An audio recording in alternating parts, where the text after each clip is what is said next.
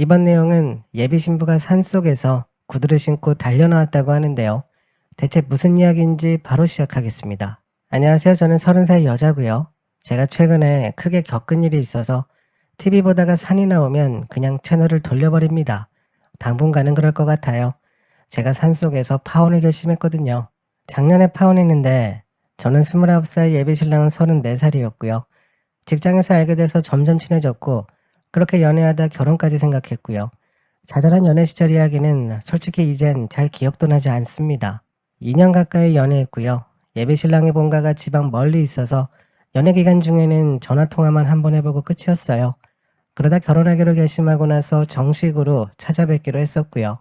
처음으로 인사드리러 가는 자리라 옷이며 화장이며 신경 쓸 게 너무 많아서 정신이 하나도 없었어요.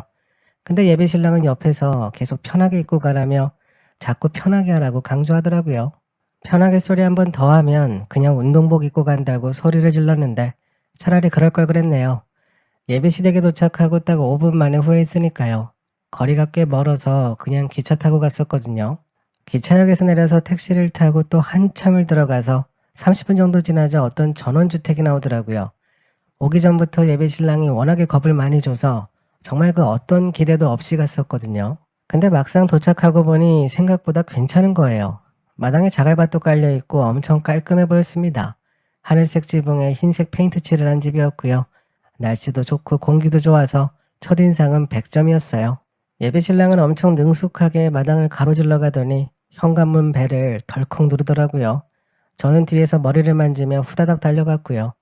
그러자 현관문이 열리는데 엄청 젊은 남자가 문을 열어줬습니다. 그분이 저희 예비 아주머님이었어요. 저를 보자마자 활짝 웃으며 어서 오시라고 해주는데 참 좋았습니다.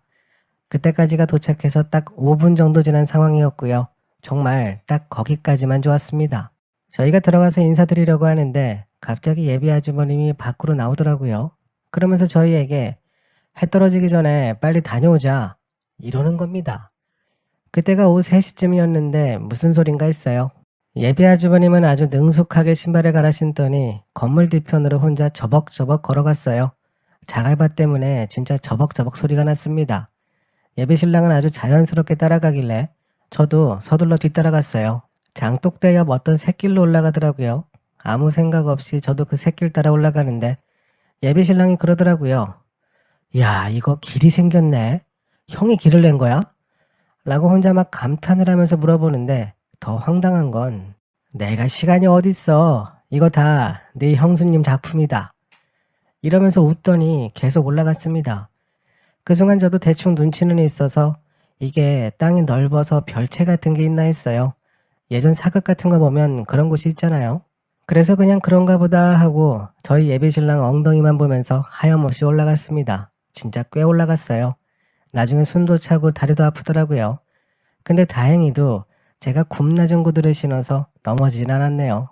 그렇게 한참을 올라가다가 갑자기 공터가 하나 나왔는데 거기에 건물이 몇 개 있더라고요. 가건물 같은 느낌이긴 한데 온막 수준까지는 아니었고 느낌이 대충 컨테이너 박스 위에다가 지붕을 붙인 모습이었어요. 별채라고 하기엔 좀 커 보였어요. 그래서 이게 무슨 상황인가 여기가 진짜 사시는 집인가 헷갈리더라고요. 그때 저기 멀리서 한 분이 다가오셨어요.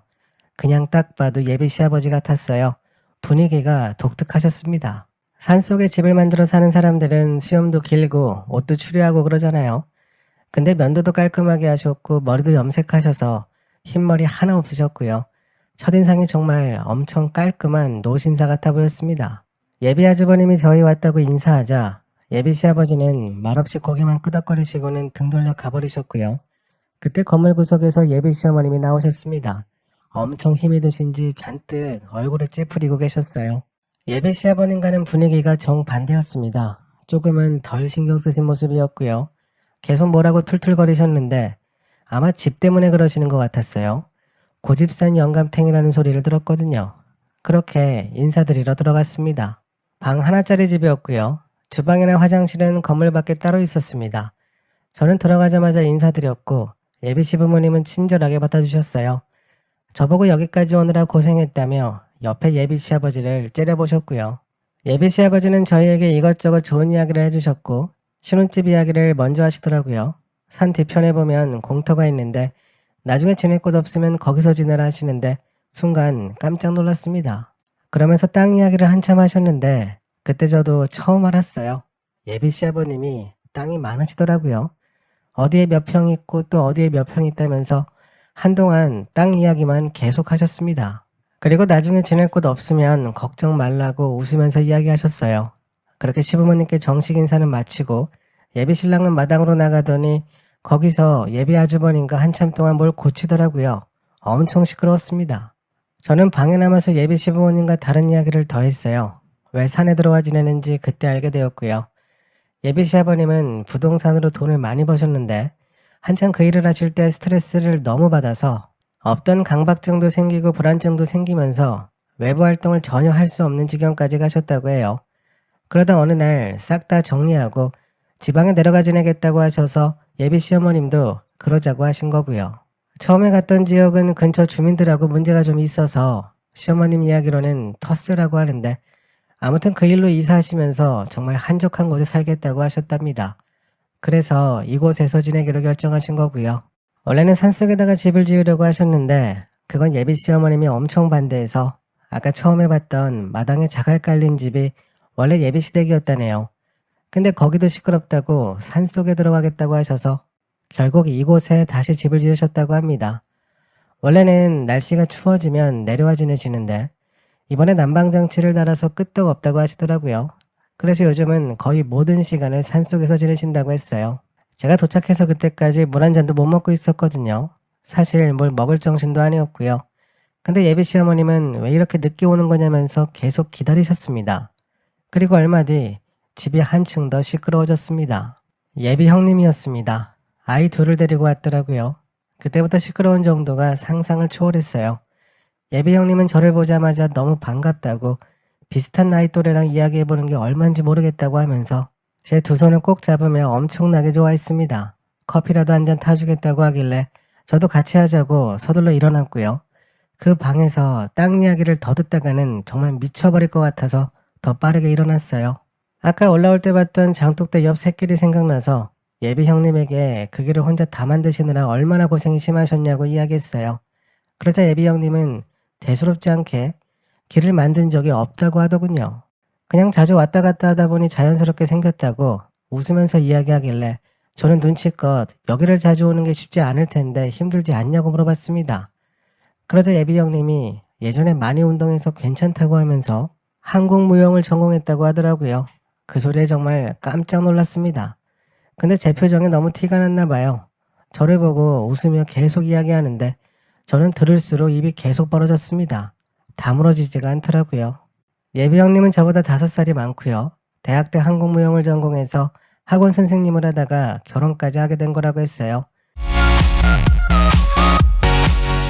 결혼 후 무용학원을 하나 시작했는데 그게 싹 망해버리는 바람에 살던 집까지 다 팔고 내려왔다고 하더라고요. 그러면서 한국무용 이야기를 저에게 엄청 했습니다. 그래서 제가 아니 아까 들어보니까 예비 시아버님이 땅이 그렇게 많다고 하시는데 안 도와주셨냐고 물어봤어요. 그러자 예비 형님은 한숨을 푹 쉬며 사실 그런 것도 조금은 기대했었는데 워낙에 땅 파는 걸 싫어하셔서 그냥 있는 집 팔아서 빚 다 갚고 왔다고 하더라고요. 아까 저도 그런 비슷한 이야기를 들었어요. 땅은 무조건 늦게 팔수록 이득이라고 먼저 팔아버리면 나중 가서 두고두고 후회한다고 하셨거든요. 그래서 아까 신혼집 이야기도 와서 지내라고 하셨던 게 이해가 갔습니다. 사실 큰 기대도 안 했지만요. 예비 형님은 계속 저를 쳐다보며 자기도 예전에는 분가도 했고 사업도 했었다고 이야기하더라고요. 나중에는 너무 예전 이야기를 강조하니 불편했습니다. 저보고 계속 결혼하면 달라진다고 하더라고요. 슬슬 서울로 올라가야 할 것 같아서 예비 신랑에게 슬쩍 이야기했습니다. 열차 시간이 어떠냐고 했어요. 지난주에 예매했을 때는 7시 기차라고 했거든요. 그거 타고 집에 오면 10시 정도 될 것 같다고 대화한 기억이 있는데 예비 신랑이 저에게 여기까지 왔는데 저녁 식사만 하고 가자고 하더라고요. 금방 먹고 일어나면 된다고 그냥 가면 서운해 하신다고 했어요. 그러자 옆에서 예비 형님이 다 들었는지 식사하고 가야지 굶겨서 보내면 안 된다고 큰 소리로 난리를 쳐서 예비 시어머님까지 오셔서 먹고 가라고 하시는 바람에 조금 더 있기로 했습니다. 저도 주방 건물에 가서 식사 준비를 함께 도왔어요. 예비 신랑에게 가서 기차표 어떻게 되었냐고 물어보니 아까 이미 취소했다고 하더라고요. 시간 지나서 취소하면 돈을 못 받아서 미리 해뒀다고, 뒷시간표는 자리 많으니 괜찮다고 하더라고요. 그때부터 불안했어요. 예비 시어머님은 계속 자고 가라고 시간이 늦었다고 하셨거든요. 그때가 주말이긴 했지만 그래도 결혼 전인데 자고 가는 건 말이 안 되잖아요. 전혀 준비를 못해서 온 상황이었고요. 옷이며 화장품이며 씻는 건 또 어떻게 할 거고, 전 최대한 빨리 돌아가고 싶었는데 자꾸 예비 신랑이 뭉구적거렸습니다. 예비 아주버님과 무슨 이야기를 엄청 심각하게 오랫동안 하더라고요. 그 대화를 잘라가며 집에 가자고 할 수 없어서 그냥 기다리고만 있었습니다. 기다리면서 같이 설거지도 하고 정리도 돕고 그러고 있었어요. 그러다 화장실을 가려고 주방 건물에서 나왔는데 정말 칠흑같이 어둡더군요. 근데 저쪽 건물 옆에 빨간색 불빛 두 개가 있더라고요. 딱 봐도 담뱃불 같았어요. 그때까지도 둘이 이야기하고 있길래 대체 무슨 이야기를 저렇게 오래 하나 싶어서 슬슬 다가가 봤습니다. 점점 담배 냄새가 더 나더라고요. 그러다 땅값이라는 소리가 들려서 멈칫했어요. 그다음부터는 저도 천천히 건물 옆에 붙어서 갔습니다. 나중에는 예비 신랑이 하는 이야기를 들을 수 있었어요. 그때 정말 너무 충격을 받았습니다. 예비 시아버님이 말했던 그 공터에 집을 지으려면 돈이 얼마나 필요하냐고 물어보더라고요. 쉽게 말해 견적을 뽑는 거죠. 예비 아주버님은 경험이 많아서 하나하나 자세하게 이야기해주고 있었습니다. 그러면서 언제쯤 옮겨올 거냐고 예비 아주버님이 물어봤고, 예비 신랑은 조금 뜸을 들이다가 일단 결혼식 올리고 좀 이따 내려올 생각이라고 하며 혼자 아예 다 계획을 세워놓고 있었더라고요. 예비 신랑이 말하길, 지금 다니는 회사도 적성에 안 맞고 그만두려고 작년부터 생각하고 있었는데 결혼을 하려면 직장 다닌다고 하는 게 더 나을 것 같아서 참았다고, 나중에 결혼만 하면 관둔다고 하더라고요. 그 말을 듣자 저는 정말 기가 찼습니다. 저에게는 저런 말 한마디 없었거든요.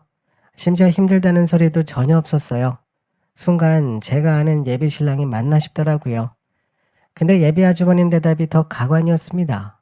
예비 신랑 보러 아주 잘했다고 하더군요. 일단 결혼을 하는 게 더 중요하니 직장은 잘 다니고 있으라고, 좀 더 참으라고 하더라고요. 그러면서 나중에 결혼해서 여기서 집 짓고 같이 가게나 하자고 하는데, 가게는 무슨 소린지 저는 미리 들은 내용이 전혀 없었어요. 남자 둘이서 제 미래를 다 결정하고 있더군요. 너무 어이가 없어서 화도 나지 않았습니다. 그러더니 오늘 하룻밤 자고 내일 가야겠다고 하더군요. 그때부터 모든 상황이 다 바뀌었어요. 솔직히 그 이야기 듣기 전까지는 그냥 이런 곳이 있구나 신기해하면서 구경하는 느낌으로 봤었거든요. 산속에 집이 있든 주방하고 화장실이 밖에 따로 있든 상관없었어요. 근데 앞으로 이 모든 상황이 제 일이 될 수 있잖아요. 그때 너무 충격받아서 화장실 가려던 것도 잊어버리고 당장 방에 들어가 가방부터 챙겨 나오려고 했습니다. 기차가 없으면 걸어서라도 올라갈 생각이었어요. 그렇게 그 어두운 밤에 허겁지겁 방으로 가려 하는데 들어가는 현관 앞에서 너무 놀라 주저앉을 뻔했습니다. 그때 처음 예비 형님의 신발을 보게 되었거든요.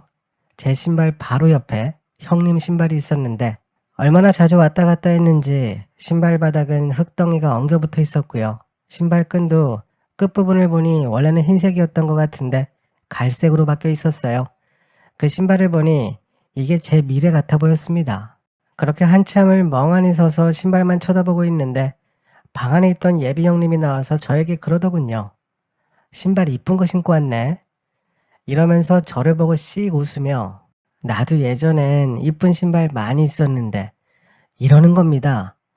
그때 너무 소름이 쫙 끼치면서 다리에 힘이 다 풀려버리더라고요. 순간 갑자기 너무 불안해지기 시작했습니다. 도저히 안 될 것 같았어요. 예배 신랑은 집에 갈 생각이 없어 보였고요. 아까 자고 간다는 소리까지 들은 상황이라 더는 기다릴 것도 없었습니다. 그래서 저는 곧바로 가방을 들고 밖으로 나와버렸어요. 예비 신랑은 어딜 가냐고 소리 지르며 쫓아왔고 더 황당한 건 예비 형님까지 저를 쫓아오는 거예요. 이렇게 어두운데 구두 신고 어딜 나가려 하냐고 그냥 하룻밤 자고 가라며 소리치며 달려오는데 그 순간 저는 냅다 달리기 시작했습니다. 정말 미친 듯이 달렸어요. 근데 얼마 지나지 않아 예비 신랑이 제 손을 잡았고요. 저는 곧바로 펑펑 울면서 마치 10살짜리 꼬마처럼 집에 가고 싶다고 보내달라고 이야기했어요. 그렇게 서울로 왔습니다. 그날 집에 오자마자 곧바로 샤워하러 들어갔는데 집안에 화장실이 있다는 게 얼마나 편한지 새삼 느낄 수 있더라고요. 그러다 눈물이 나더군요. 다음날 저녁에 예비 신랑을 만나 이야기를 했어요. 그때 밖에서 예비 아주버님과 했던 이야기가 뭐냐고 물어봤습니다. 그러자 예비 신랑은 엄청 당황하더군요. 그걸 어디까지 들었냐고 물어보길래 모두 다 들었으니까 숨기지 말라고 소리를 질렀어요. 예비 신랑은 한숨을 푹 쉬더니 어차피 그 땅은 내 몫으로 받은 땅인데 놀리기 아깝지 않냐고 하며 되지도 않는 소리를 하더라고요. 그래서 제가 그럼 그거 팔아버리면 되지 않냐고 하자 갑자기 펄쩍 뛰며 땅은 늦게 팔수록 이득이라고 예비 시아버지가 했던 말과 똑같이 하더라고요. 일찍 팔면 무조건 손해라고 난리를 쳤습니다. 그럼 땅도 늦게 팔고 결혼도 늦게 하라고 나는 당신하고 결혼 못하겠다고 해버렸어요. 예비 신랑은 갑자기 무슨 소리냐고 이제 와서 왜 결혼을 못하냐고 말이 안 된다고 하길래 어차피 나중에 그 땅 때문에 평생 싸울 것 같은데 그냥 시작을 하지 말자고 이야기했어요. 그렇게 곧바로 자리에 일어나 나와버렸습니다. 그리고는 집에 돌아와 혼자 펑펑 울었어요. 내려가 지내는 것도 말이 안 되고 무엇보다도 예비 신랑이 저랑 상의도 없이 견적을 뽑고 있는 게 지금 생각해도 너무 화가 났고요. 그리고 계속 그때 예비 형님이 절 보며 웃는 모습이 떠올랐습니다. 그렇게 결국 파혼했습니다. 남들이 보면 시골 총각 우습게 보고 파혼했다고 손가락질 하겠지만 전 절대 우습게 본 적 없어요. 그래서 당당하고요. 파혼 때문에 힘들긴 하지만 후회는 없습니다. 제가 준비한 내용은 여기까지입니다. 그 예비 신랑분은 앞으로 한 30년쯤 지나서 땅값이 많이 올랐을 때 땅 팔아다가 장가가면 되겠네요.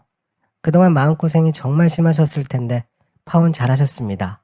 오늘도 저희 영상을 시청해주셔서 감사합니다. 지금까지 썰대표였습니다.